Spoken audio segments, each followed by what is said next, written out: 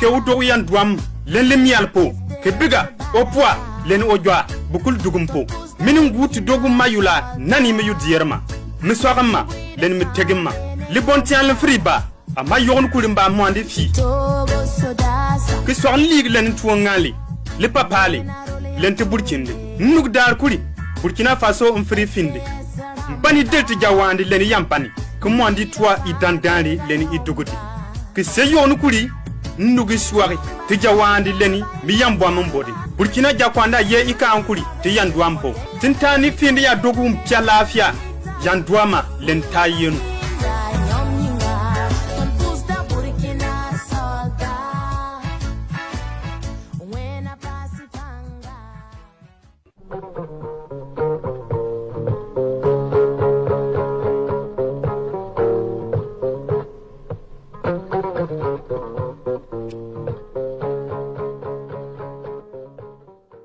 Votre Excellence, bienvenue à Sputnik Afrique et merci beaucoup d'avoir accepté notre invitation. C'est une grande honneur pour notre agence. Merci. Votre Excellence, donc votre déplacement se déroule dans le cadre des célébrations à l'occasion du 80e anniversaire de la victoire de Russie dans la Grande Guerre patriotique. Hier, vous avez donc assisté au défilé sur la place Rouge. Que retenez-vous de cette expérience? Quelle était l'ampleur des célébrations, à votre avis? Peut-être quels équipements vous ont le plus impressionné? D'accord, merci beaucoup. Comme vous l'avez situé, le contexte, c'est bien la célébration donc, de la victoire de la Russie dans la Grande Guerre patriotique, comme c'est dit. Nous avons été beaucoup impressionnés par le défilé, parce que comme le défilé a commencé sur toute la partie motorisée avec les engins, le mythique char T-34 qui a contribué à la victoire, et jusqu'à aujourd'hui aux engins récents, les T-90 et bien sûr d'autres types de missiles qui ont été développés. Ça nous a beaucoup impressionnés, ça nous a donné beaucoup de leçons et ça nous a permis de voir comment donc, la Russie a évolué technologiquement sur le plan militaire depuis cette grande guerre jusqu'au jour d'aujourd'hui. D'accord. Monsieur le Président, et pourquoi a-t-il été important pour vous de répondre à l'invitation du président Poutine et de rejoindre la Russie dans ces célébrations? C'est important pour moi à plusieurs titres parce que d'abord, c'est une invitation d'un pays ami. La Russie et le Burkina Faso aujourd'hui sont en étroite collaboration.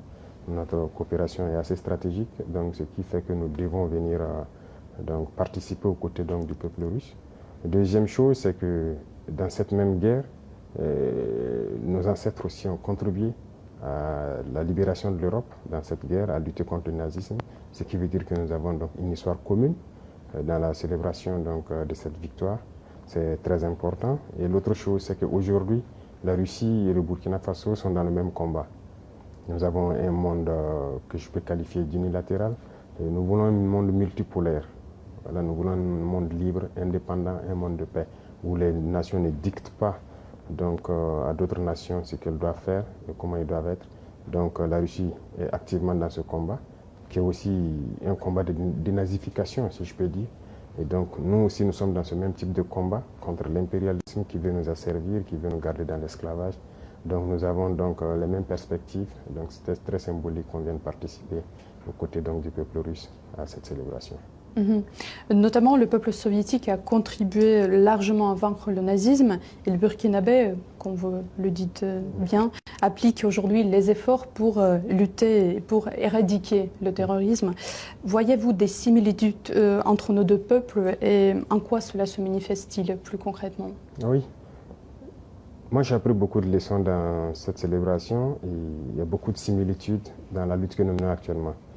Regardez, le peuple soviétique a sacrifié près de 27 millions de vies pour avoir cette victoire.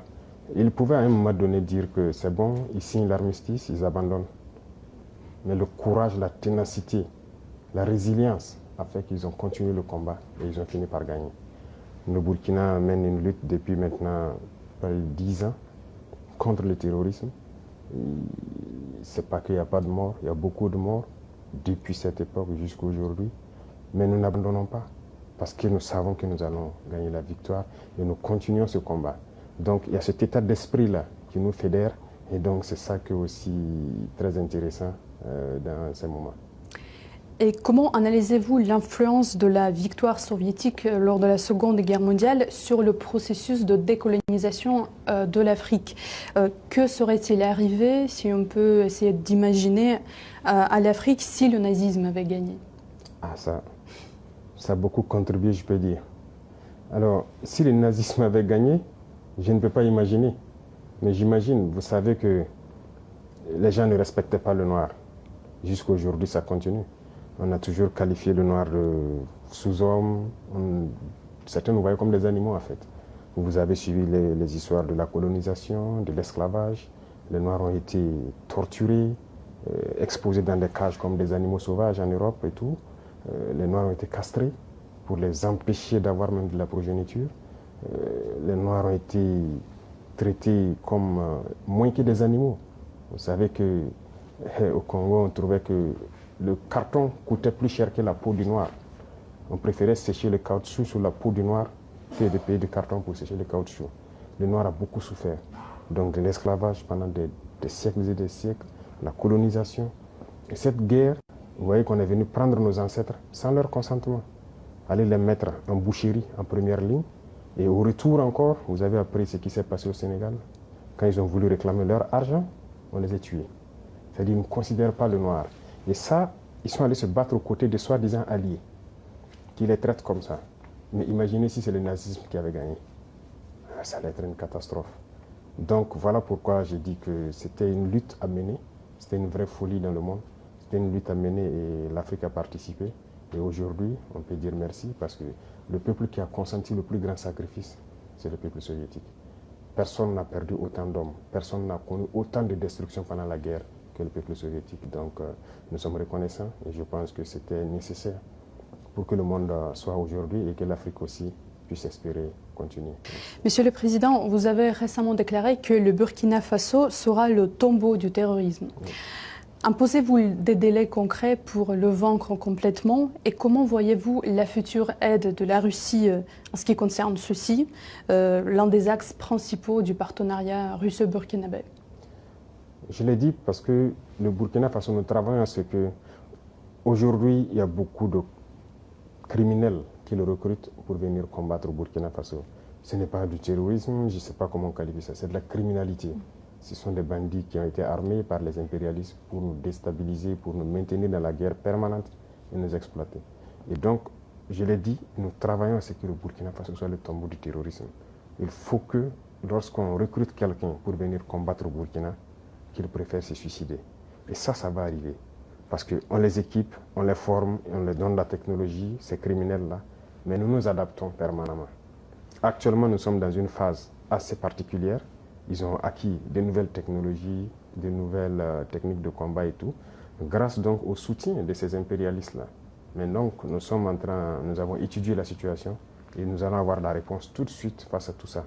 Donc, vous allez le voir. Le terrorisme va finir, je ne veux pas donner un délai, mais le terrorisme va finir.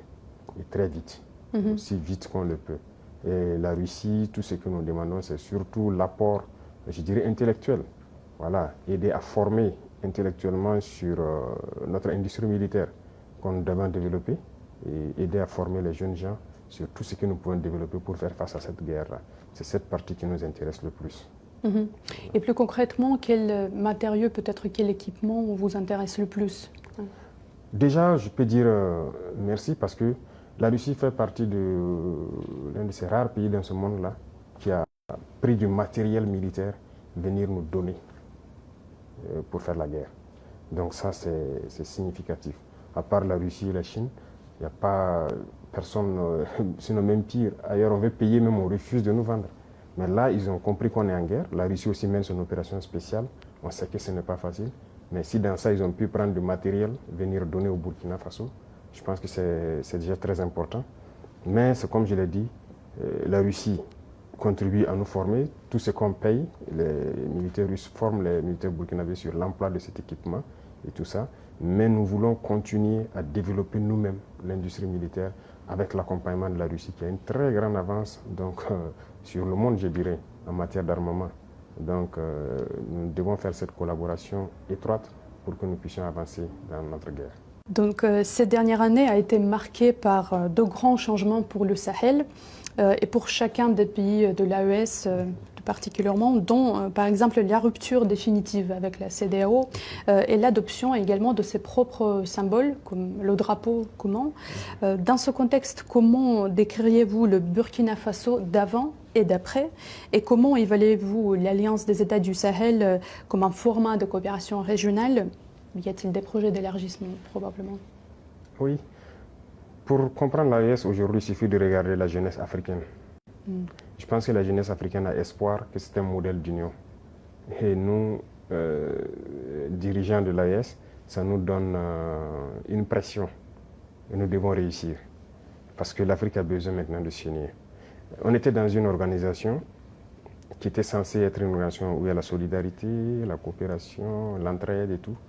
Mais on ne peut pas être dans une organisation où vous dites frères, et à un moment donné, on coupe l'électricité pour que les malades meurent à l'hôpital, que l'économie s'arrête.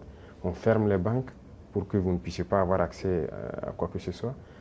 Vos transferts pour acheter le minimum vital, les médicaments et tout, on a empêché ça à certains peuples sahéliens.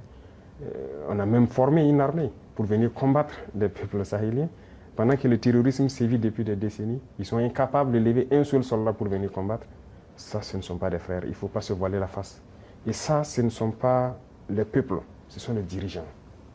Sinon, les peuples, quand vous regardez, même ces pays de la CEDEAO et tout, les peuples soutiennent et comprennent l'élan de l'AES. Donc ça nous réconforte à nous structurer, à être un modèle pour qu'à l'avenir, ça puisse s'étendre. Voilà. Mais pour s'étendre, nous avons besoin d'asseoir des bases fortes. Et c'est ce que nous sommes en train de faire actuellement. Donc voilà un peu ce qui a mené à se retirer et à se structurer pour se relancer.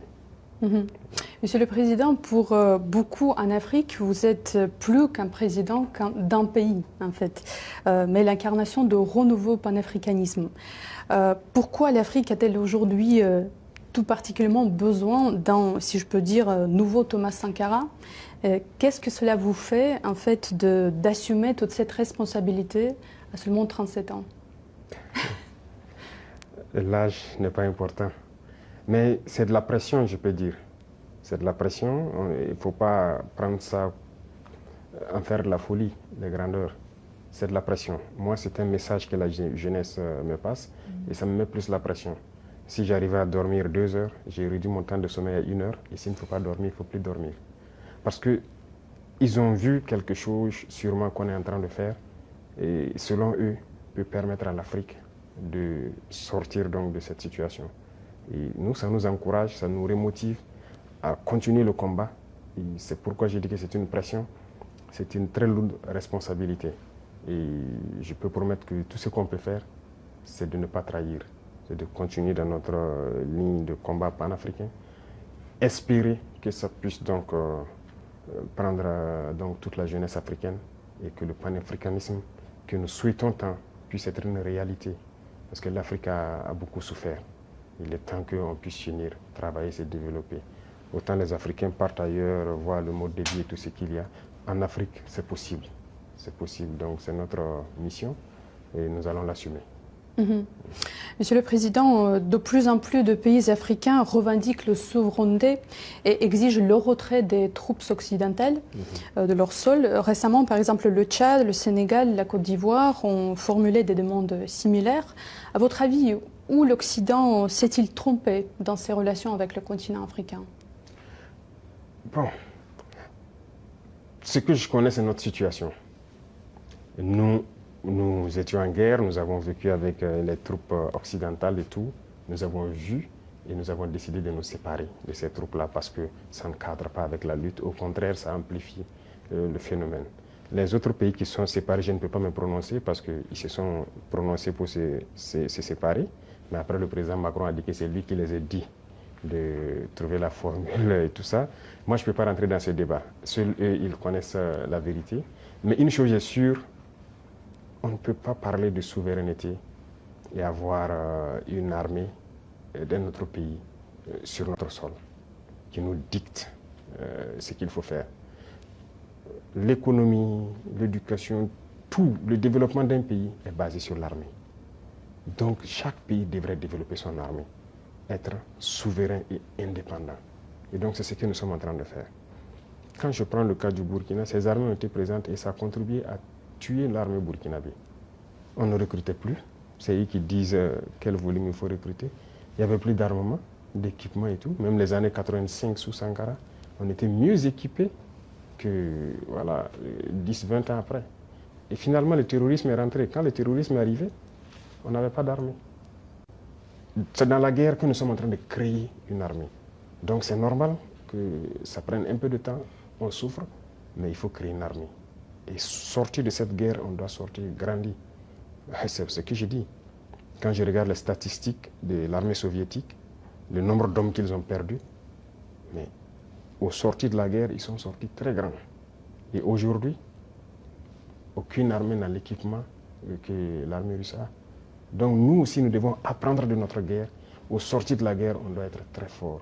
La souveraineté commence par l'armée. Une fois que vous avez une armée forte, tous les autres volets peuvent facilement se développer. Voilà ce que je peux dire, ce qui a poussé le Burkina en tout cas à se séparer de ces armées-là. D'accord.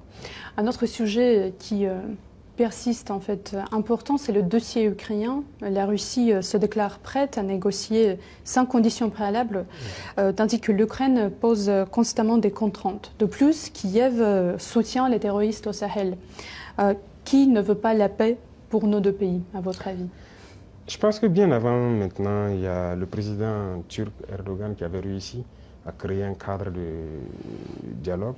Et je pense que les deux présidents se sont rencontrés en son temps. Ce n'était qu'au début de l'opération. Et nous tous, nous avons espéré que ça aboutisse et que voilà, les armes se taisent et que chacun revienne à de bons sentiments. Mais ce sont les Occidentaux qui sont venus dire au président ukrainien de ne pas accepter. On a suivi ça et finalement, ça donne quoi? Mais moi, je pense que tout ça rentre dans le cadre de la manipulation. Et je pense qu'ils se sont fait manipuler. Sinon, les peuples ukrainiens et russes, c'était l'Union soviétique. Ils sont des frères.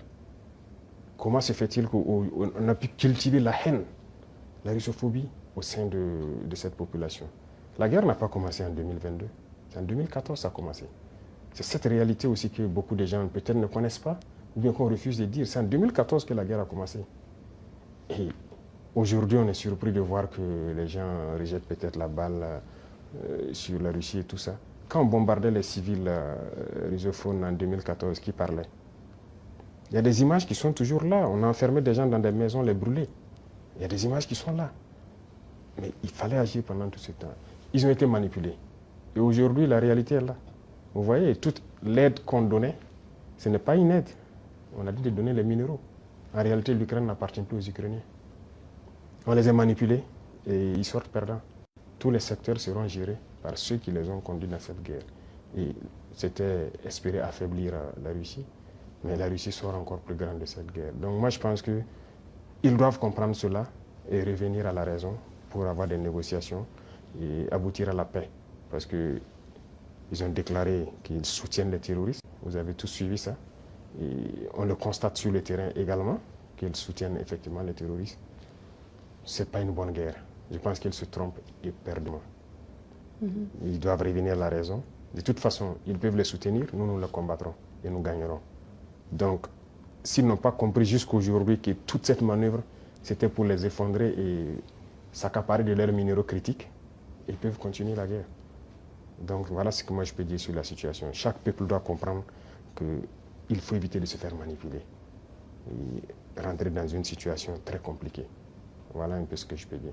Ensuite, au propos du commandant de l'Africom devant le Sénat américain, votre gouvernement a donc réagi avec fermeté, dénonçant des accusations infondées sur les choix souverains du Burkina Faso. Que répondez-vous à ceux, notamment à Washington, qui continuent de remettre en cause la légitimité de vos partenariats actuels, notamment avec la Russie? Et comment entendez-vous défendre l'image du Burkina Faso sur la scène internationale face à ce type de discours? De toute façon, on est libre de lier les relations avec qui on veut. C'est ça l'indépendance. Donc sur ce volet, ils peuvent continuer à penser ce qu'ils veulent. Nous irons où nous voulons. Voilà, pour peu que ce partenariat puisse être en tout cas mutuellement bénéfique pour chacune des parties. Quant à ces propos, vous l'avez dit, on a protesté à travers le ministère des des Affaires étrangères, c'est une chose. Mais je ne sais pas ce qui s'est passé avec ce général. Il y a un souci quand même. Et je souhaite peut-être qu'il fasse un mea culpa. Si on l'a envoyé, qu'il comprenne que ce n'est pas la bonne mission. Si on l'a trompé, qu'il le dise publiquement, ou si on devant le Sénat qu'il s'est trompé. Ou aussi si c'est une mauvaise intention, eh bien, nous allons l'affronter comme il le faut. Parce que tout ce qu'il a dit, c'est du mensonge. Et c'est très vilain de voir un adulte mentir, de voir un adulte officier général d'une grande armée mentir. C'est très grave. D'abord, il a parlé de l'or du Burkina qui sert à ce que nous on utilise pour se protéger et tout. D'abord, c'est l'or du Burkina, ce n'est pas son or. Ça, c'est la première des choses. En quoi ça le regarde? Ça ne le regarde en rien. C'est le Burkina, c'est l'or du Burkina, ça ne le regarde pas. Deuxième chose, il ment.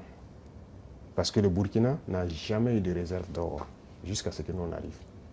C'est nous qui avons commencé à réserver l'or au trésor du Burkina Faso. Sinon, il n'y avait pas un seul gramme de réserve d'or au Burkina. Ça veut dire que c'est un menteur encore. Et l'autre chose, quand il dit qu'on utilise pour se protéger et tout, on est libre. Si le peuple a décidé qu'on le gouverne, nous avons le devoir de nous protéger. Donc on est libre. En quoi ça le regarde? Et le volet qui m'a le plus fait mal, pas parce qu'il est général ou parce que c'est un Américain ou quoi, c'est parce que c'est un noir. Et ça fait très mal de voir qu'on utilise un noir pour combattre un noir. Et ça n'a pas commencé maintenant. Il faut que ça s'arrête. Voilà, c'est très dangereux. Même la Libye, qui a détruit la Libye, on a encore utilisé un noir.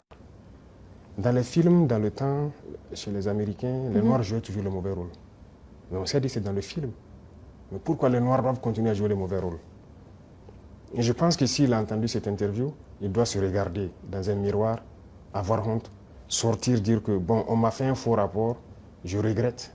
Il doit le dire publiquement. Si c'est un faux rapport, on l'a fait. Parce que c'est possible.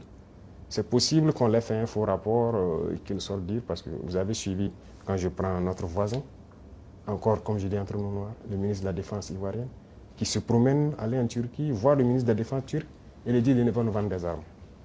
Vous voyez comment ça fait mal. Quand c'est un noir qui se comporte comme ça fait très mal. Est-ce qu'on a fait un faux rapport? Qu'il sorte de démentir. Si on l'a envoyé pour créer un problème au Burkina, comme ils ont l'habitude de le faire, eh bien, on va s'apprêter, on va les attendre. Parce qu'il faut que ça s'arrête maintenant. La race noire ne doit pas être utilisée pour combattre les noirs. Et chaque fois, c'est la même chose, c'est la même chose. Et c'est ce que nous déplorons. Et ça nous a fait beaucoup mal de voir que c'est un noir qui tient ces propos.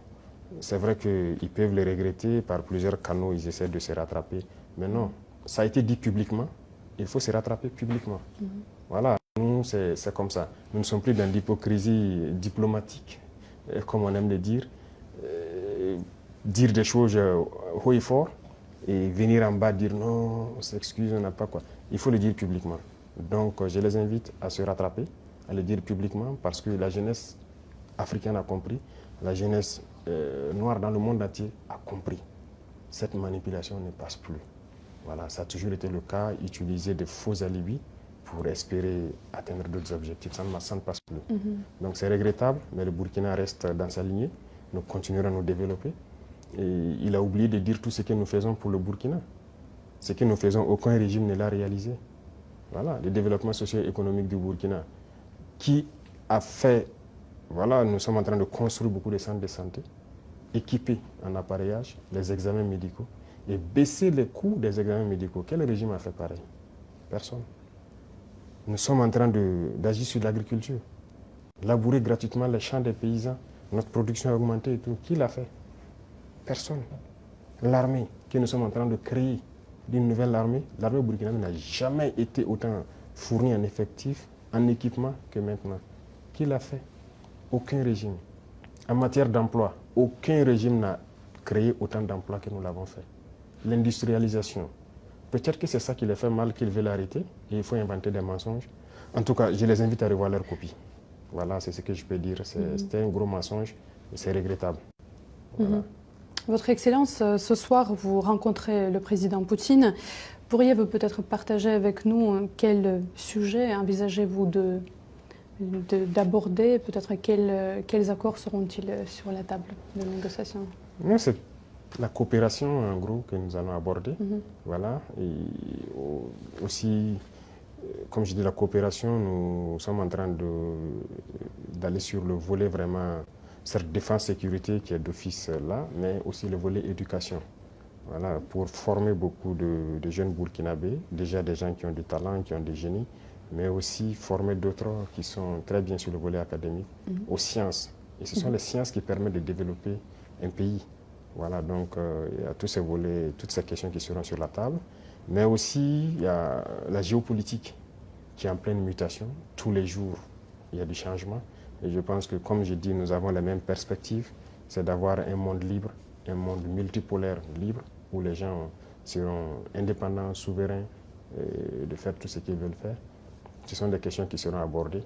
Voilà, et aussi, principalement, notre espace avec notre situation particulière au Sahel, éventuellement, que nous allons aborder. Merci beaucoup pour votre réponse.